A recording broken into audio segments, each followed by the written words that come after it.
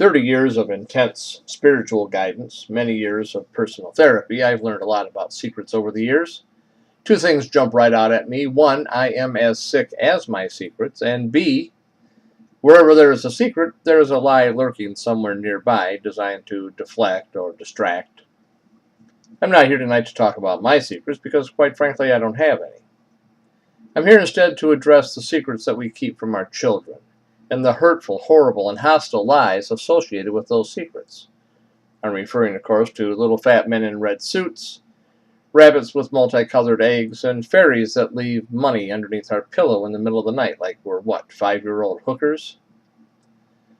When my daughter was 6 years old, she approached her mother and myself, and she said the kids at school are saying that there is no Santa Claus, that it's just a parent's secret. And I just wanted to talk about that. Well, I have learned oftentimes it is best to answer a child's question with a question, so I said, well, what do you think, honey? Well, she said, I'm pretty sure there's a Santa Claus, but I've got a lot of questions about the Easter Bunny. Really, I said, what are those questions? Well, as she ticked off all of the reasons that we could dismiss the existence of the Easter Bunny, she was in fact ticking off all the reasons that there was no Santa Claus, and I think she realized that. Well, how does he get around the world all in one night? How does he carry all those eggs? I mean, he doesn't have any hands. I mean, how does he get all that candy and all? How does he hide all the color, all the, you know? I said, well, honey, Easter is quite a ways off. Christmas is only a month down the road. Are you sure you want to know the truth about Santa Claus? She thought for a moment, and more like a question than an answer, she said, yes? I said, okay, very well. Santa Claus is a parent's secret. Oh my gosh. Her eyes filled up and overflowed with the biggest tears I have ever seen in my life. Her mouth dropped open, and on about a 4-second delay, we heard a screech out of her like I had never heard before. I gathered her into my arms. I began to comfort her. My wife started to say something. I held my hand up and said, let's just let the tears resolve of their own momentum.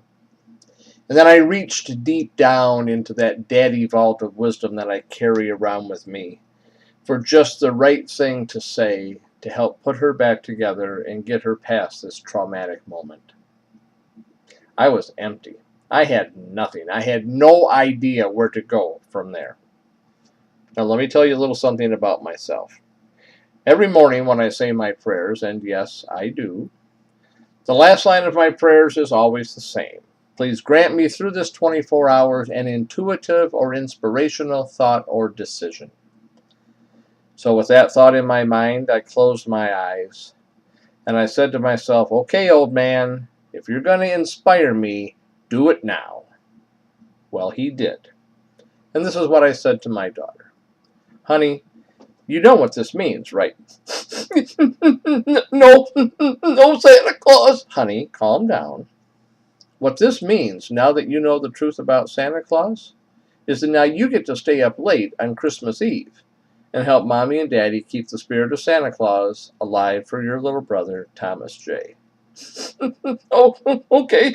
What do I get to do? Well, you know those cookies and milk that we leave Santa Claus? Somebody has to eat those cookies. Somebody has to drink some of that milk and leave those crumbs on that plate. I get to eat the cookies? Yes, honey, you can eat the cookies. Oh, okay, what else can I do? Well, you can help Mommy wrap the presents and fill the stockings with the goodies and hang them on the fireplace mantle with the other Christmas ornaments. Oh, okay, what else? Well, you can help Daddy set up the choo-choo train around the base of the tree. Oh, and you know those carrots that we leave for the reindeer? Somebody has to make those little gnaw marks, those little teeth marks in the carrots, like the reindeer have been gnawing on them. Can you do the carrots, Daddy? Sure, honey, I'll take care of those. Okay, what else do I get to do? And I'm thinking, gee whiz, I'm running out of stuff here. Let's see. Oh, then I remembered one of the traditions my wife brought to the marriage from her childhood was the hiding of the Christmas pickle.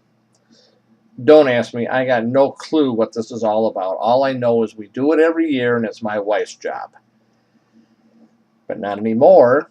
Honey, I say, you can hide the Christmas pickle. I can hide the pickle? You bet, sweetheart. So we washed off her face, and it was hugs and kisses all around. She said thanks for talking, and she felt better. She was going to go upstairs and play with her little brother. She hit the bottom step, and she stopped. She turned to me, and she said, Daddy? Yeah, Bear. I promise I won't tell Thomas J. Of course not, honey. You're a great, great big sister. And with that, she finished her trek up the stairs, and then I cried.